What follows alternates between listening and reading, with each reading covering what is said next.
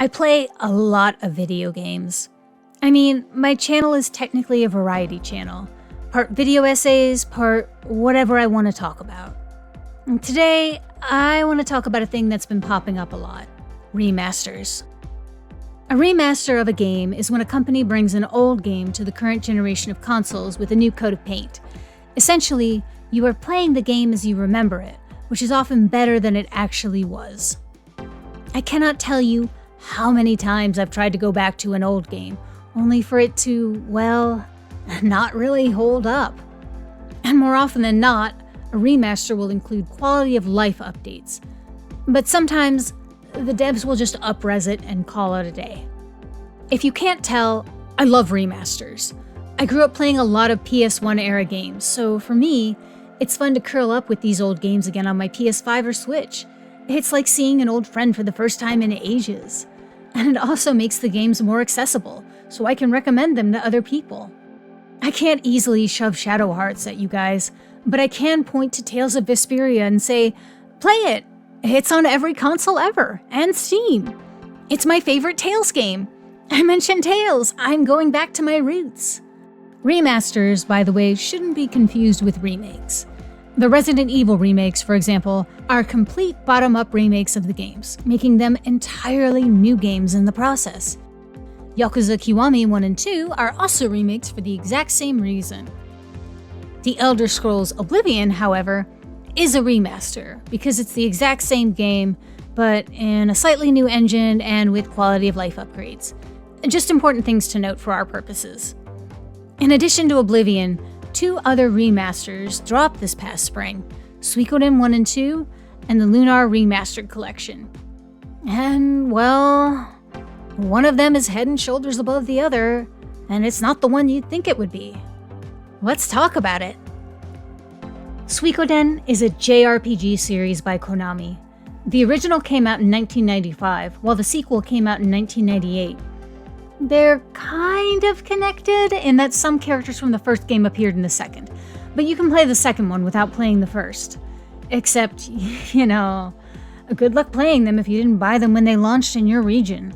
Suikoden 2 is notorious for being one of those ridiculously overpriced old games. But at least they were good games. The first game revolved around your protagonist, Tyr McDole, who finds himself heading up an army to rebel against the Scarlet Moon Empire.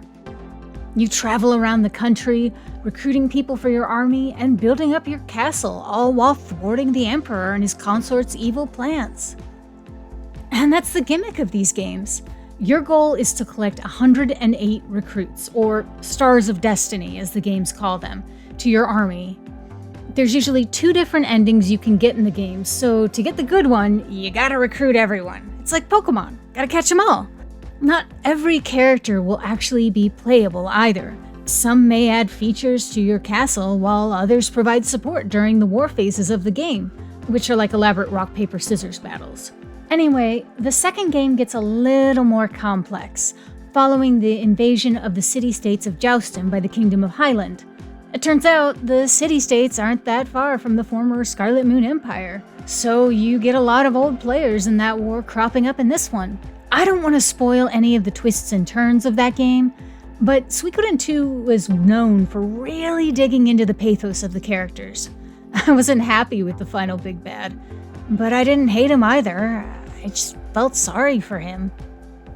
For years, both of these games were notoriously difficult to find.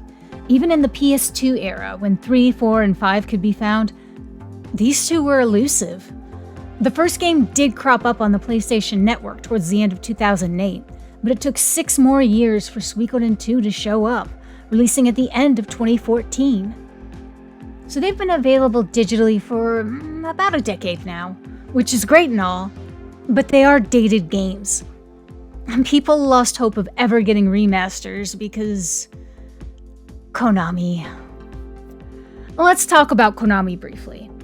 They're the company behind Suikoden and other amazing game series like the Silent Hills and the Metal Gear Solids. They were hot in the 90s and early 2000s.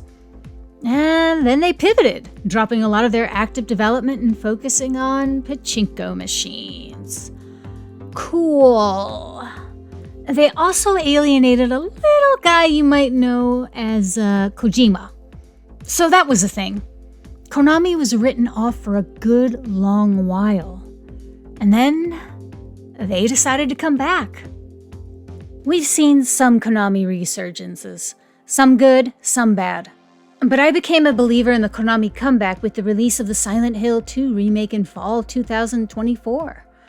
They gave the reins to Bloober Team and let them cook, and it was gorgeous. I love that game so much, and I never even played the original. I gladly forked over $70 USD for it just to encourage Konami to keep doing this.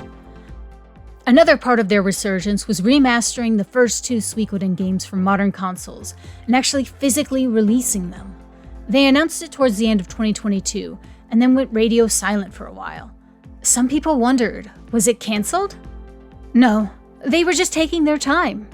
And guys, it's such a good remaster. They actually redid a few things here and there, like the world map. The map is the way I remember, except when I see side-by-side comparisons, oh, actually, it's not. They just tweaked it while keeping the same aesthetic. Buttons have been improved, battles can be sped up and flow better, and there's even an option in the game menu to review old dialogue so you won't get lost. The original English translation was decent, but it was also known for its quirks. It was very literal. For the remaster, they went through the old script and smoothed it out. It's not retranslated, but it didn't need to be, in my opinion. They just had to tweak it. There's also an option to stop the in-game timer for Suikoden 2, which is actually necessary for a certain side quest. Unless you're really good, but I'm not. So I really appreciated that. Really, the only issue is the autosave they boast about. Yeah, the game autosaves when you enter a screen with a save point. It's just a little silly. I'm wondering if that's maybe a back-end thing and the only way they could implement it. It's not a deal breaker, but dang, dude. It's such a great experience. Konami knocked it out of the park, and they committed to having physical copies available too. I still had a hard time tracking one down, but I was able to walk into a GameStop on release day and pick one up. For $50 USD, it was money well spent. It's clear they took their time with this one and did their best to give us the full experience that we remember and love, while also making it accessible to new players without the old school jank. On the other hand, we have the Lunar remasters. And I'll preface this by saying that they are fine remasters, but they pale in comparison to the Suikoden ones. Lunar is a game series by Game Arts and Studio Alex that originally released in the 90s on Sega CD and later on the Sega Saturn and PS1. The games that were remastered are the PS1 versions. The first game follows a young man named Alex as he travels the land in order to become the Dragon Master and defeat the Magic Emperor. Obviously, there's more to it, but spoilers for a 30-year-old game. The second one takes place 1,000 years later and focuses on a young man named Hero as he helps guide a woman named Lucia to the goddess Athena to try and save their world. These games were some of the earliest to use animated cutscenes and voiceover. As a kid, I was amazed by the first game. The idea of actually hearing the characters was exciting to me. It was also the first time I, as a player, encountered a game that was actually localized. The company that localized it, Working Designs, went a step further from the straight translation that we were used to getting in those days, and made it seem more like the characters were actual people. There was character and warmth in the script, and you could just feel them. The dialogue may seem stilted today, but that's because we've come a long way since then. Unfortunately, they did go a little far with localizing. I distinctly remember a Bill Clinton joke in the first game. And they usually did this when they came across a joke that didn't translate well. And their humor was, well, that. It had its charm, but doesn't play that well today. The games were never available digitally, and the collections were notoriously hard to find because they really went all out with these things. I mean, look at them. I still have all my little goodies from Eternal Blue, and you'll pry Lucia's pendant out of my cold dead hands. Apparently, there were issues with licensing the translation or something. A PSP version of the first game called Lunar Silver Star Harmony released in 2009 and was localized by Xseed, getting a more faithful translation. It's a good version of the game, but it's not the one people remember. Eternal Blue, meanwhile, never received another release. Gung Ho announced in 2024 that they were remastering the PS1 games for the modern consoles, and it was clear from the get-go that they were going to use the Working Designs translations. Interestingly enough, they recorded a new dub for both games. Some people speculate that it has to do with licensing, while other people think it may be due to audio quality. Regardless, for the first time ever, English-speaking players could also experience the original Japanese tracks, which honestly was amazing. As a kid, I remember really wanting to hear these characters in their original Japanese voices because I was just so used to the English ones. So I had to log on to my dial-up internet to try and download this 7 megabyte clip of Nash talking in Japanese. And I had to retry that download so many times to the point when my dad would be like, "What are you doing?" "Dad, I am trying to hear my video game boyfriend talk to me. Please." So what changes did the remasters make? Well, they cleaned up the script a bit. Much like the Suikoden remasters, they combed through the scripts and smoothed things out. Not everything though, because there's still some awkward lines that the voice actors move mountains to try and sell. There's a speed up button for battle, and they upscaled the animation so it looks just as crisp as you'd remember it to be. There's some minor tweaks with the inventories, so it's not a total nightmare. They even reverted some changes Working Designs made, which I'll get to in a second. And that's kind of it. Yeah, it's just the games we played back in the day on modern consoles. And don't get me wrong, that's great. I love finally being able to replay these games. But man, after Suikoden, I was left wanting. They could have just done so much more. That said, the most important thing they did was revert some gameplay changes that Working Designs had made. See, back in the day, they decided to make the game harder so that it would last longer. So they did stuff like halve the amount of money you'd find in chests, made regular enemies harder and less rewarding, so you'd have to fight more to level up, boosted the boss scale rate, which basically made them even harder than they already were, increased the MP cost of the escape spells, so you were more inclined to hoof it back to the start of the dungeon rather than use the spells that they freaking give you to escape, and deliberately gave you faulty information about certain puzzles, among other things. Whew. It was just hard. And while some people found it fun, others, like me, did not. The remasters reverted to the original difficulty, and while you can get through the games much faster, I completed the first game in 14 hours, it still feels balanced and fun. It's almost like the game devs actually playtested the game and figured out what would be the most fun for players before originally releasing it. Dang, dude.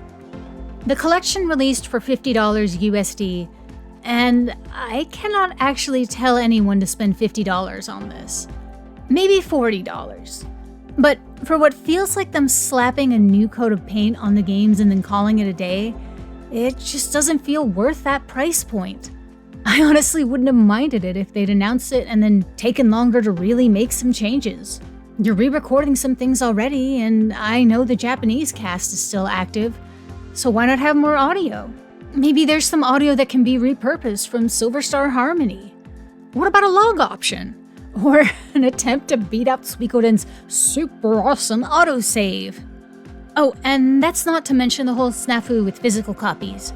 Gung Ho Online Entertainment made it an Amazon exclusive in the States, and reassured people that they'd have plenty of copies for anyone who wanted one on release. But you couldn't pre-order it. Yeah, you'll never guess what happened when they dropped. I have a Switch 2 locked and loaded, but I wasn't able to get a physical copy of this collection. Yikes. Again, don't get me wrong, these remasters are fine, and I'm so delighted to have them. I just feel like this was botched on a bunch of different levels. They could have done more, and Lunar as a series deserves for them to have tried to do more. It's a wonderful game series, and I just don't know if modern players are going to be down with this. So, do I recommend these remasters? Suikodens? Yes, with all my heart. If you like JRPGs, please give this one a try. The first game isn't terribly long, and the stories for both still hold up after all of these years. Lunar's is a maybe. If you like old school JRPGs and you don't mind what is basically a straight port, then by all means, but maybe wait for a sale. If you're not into them as much, wait for a bigger sale, and then see. Thank you guys so much for watching. If this is your first time seeing one of my videos, hi, I'm Jury, and I make videos and stream about a variety of things, from video essays to gacha pulls. If you like what I'm making, please consider subscribing and leave a comment. I'll see you guys later.